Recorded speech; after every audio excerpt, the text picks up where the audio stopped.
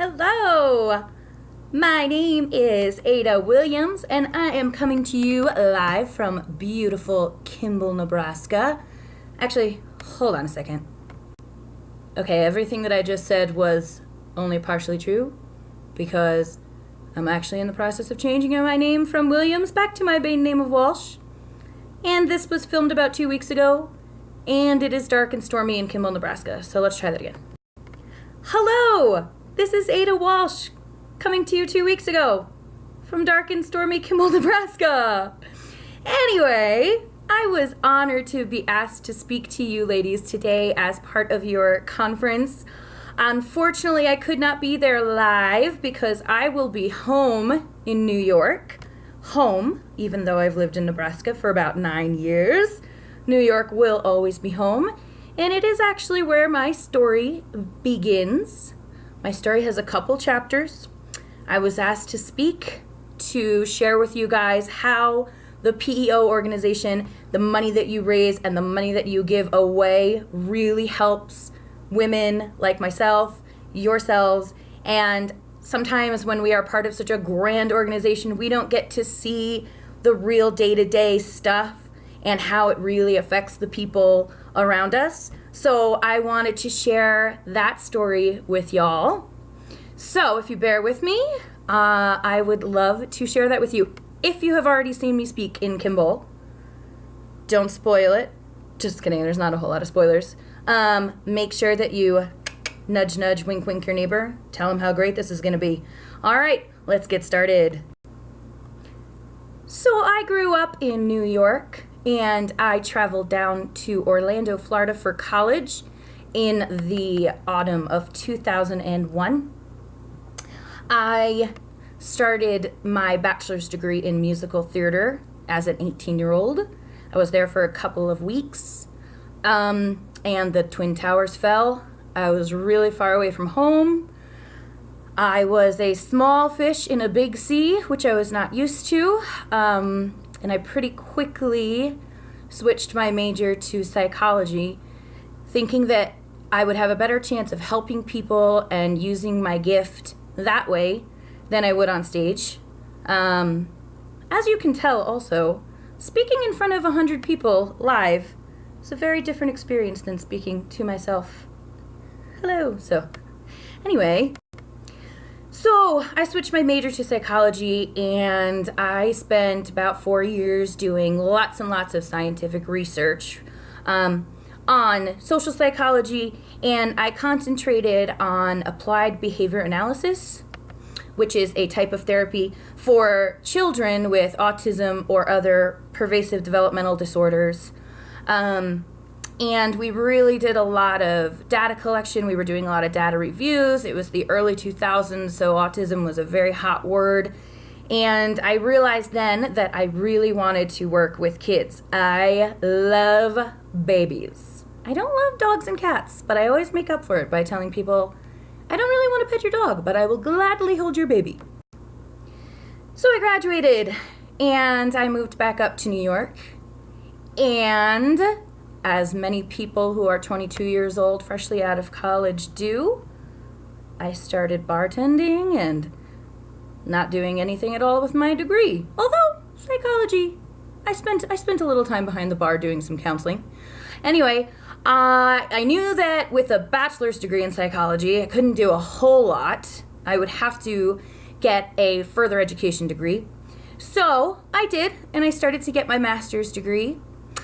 When I was choosing my master's degree, I really wanted to do something with little kids. I knew I didn't want to do a scientific research stuff as I did in my undergrad, and I knew I didn't want to do as heavy mental health counseling.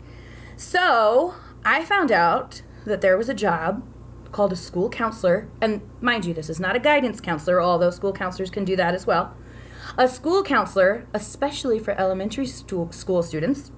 So I could do things like consult with teachers on best ways to treat behaviors in classrooms. I could do things like teach social skills to kids who might not have it.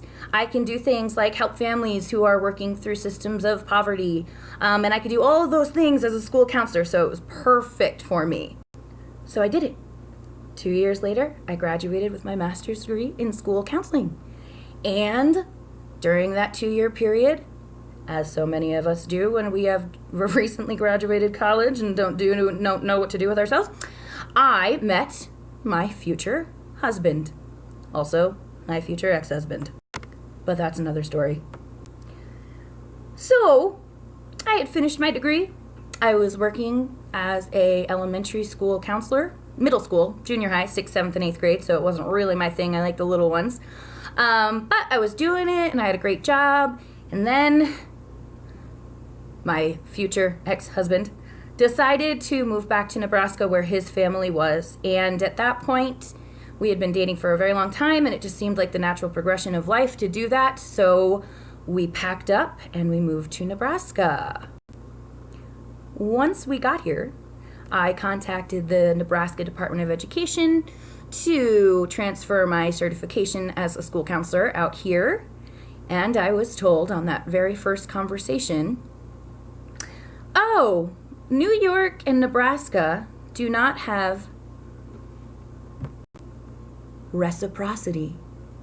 And I thought, reciprocity? I know, right? The end of the line was like, haha, yeah, no, what I really mean is your certification will not transfer from New York to Nebraska. So it goes like this. In New York, to become a school counselor, you have to either have a bachelor's degree in psychology or a bachelor's degree in education. In Nebraska, you have to have a bachelor's degree in education and 2 years experience teaching. So I felt pretty defeated.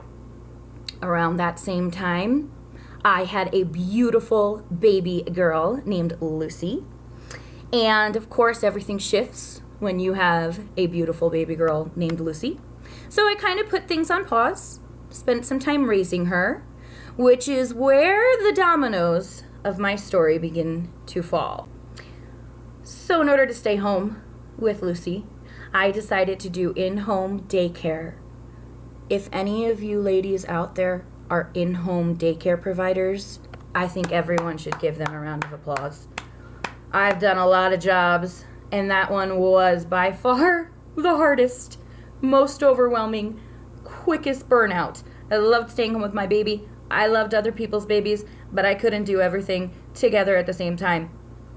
So I attended a training for licensed daycare providers where I met a wonderful woman from Sydney. I don't know if any of you know her. Her name is Nikki Johnson, and she works with the Panhandle Early Learning Network. So as we are sitting in this training conference, and she's a boss and I'm a daycare lady, and she's talking about a job called service providers, which basically work for families with babies birth to 3 that have developmental disabilities, and this person comes in and helps make sure all their services are working together to meet the needs of the family and the child. And I sat there and I was like, I really want to be a service coordinator. And she was like, aren't you a daycare provider? And I was like, yeah, but I really want to be a services coordinator. So somebody was smiling on me. I got a job as a services coordinator. I stopped doing daycare. So that's the first domino. The second one was that as a services coordinator, I got to meet with a lot of administrators from the district that I was working in.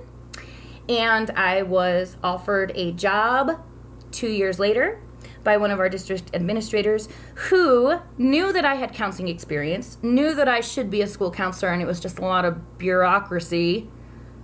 And so she offered me a job in a self-contained behavior program for special education students, grades K through 5, with emotional disturbances, special education needs, and they needed a counselor.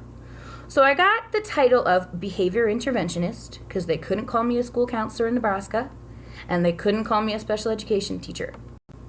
Part of getting that job was to promise that I would get my master's degree in special education and become a certified teacher so that I could become a certified school counselor. So now I'm in my late 20s. I have a baby. I am newly divorced. And I thought, sounds like a great idea to go back to school and get my second master's degree online. It was not a great idea. It was really hard, but it was the next domino that needed to fall. So for 6 months, I had to student teach in a classroom that I'd already worked for a year without getting paid. And I was going month to month on savings, some tax refund money. I was cleaning rooms at a motel on the weekends when Lucy was with her dad. I got a job at the grocery store. I was bartending. My parents were paying my rent. Thank you, parents. So there was a lot going on, and I was by the skin of my teeth making ends meet, which is where the PEO comes in. I met a bunch of great ladies in Kimball. One of my very dear friends, Donna Lynn. Donna, if you are there today, holla. I don't know if you are. And also, you probably wouldn't holla back at me, but hi. And Donna knew what I was going through and recognized that I had an extreme need and realized that she was in this great group of women, this organization, that had the means to provide help to a person like me, a woman who was furthering my education. And so I applied for a $1,500 grant through the PEO. I received it, and I was able to continue working as a student teacher in my own classroom. It's okay. I was able to help pay for books that semester. I was able to help pay for some traveling costs that semester that I wouldn't have been able to do otherwise. So there's that last domino. I am now a certified special education teacher in the state of Nebraska, a certified school counselor in the state of Nebraska, and just in case, I also still have my certification for school counseling in New York.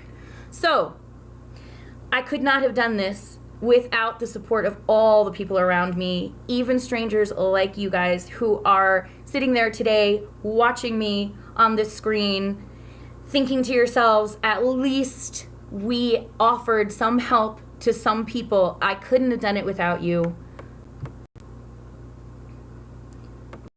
I would go back and do it all over again if I had the chance. Maybe in different orders.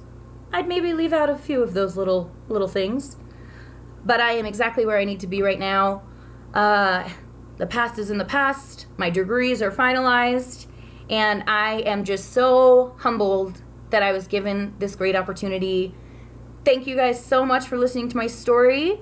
I hope that you have a great rest of the day. And I would like to thank you all the great members of the PEO. Thank you.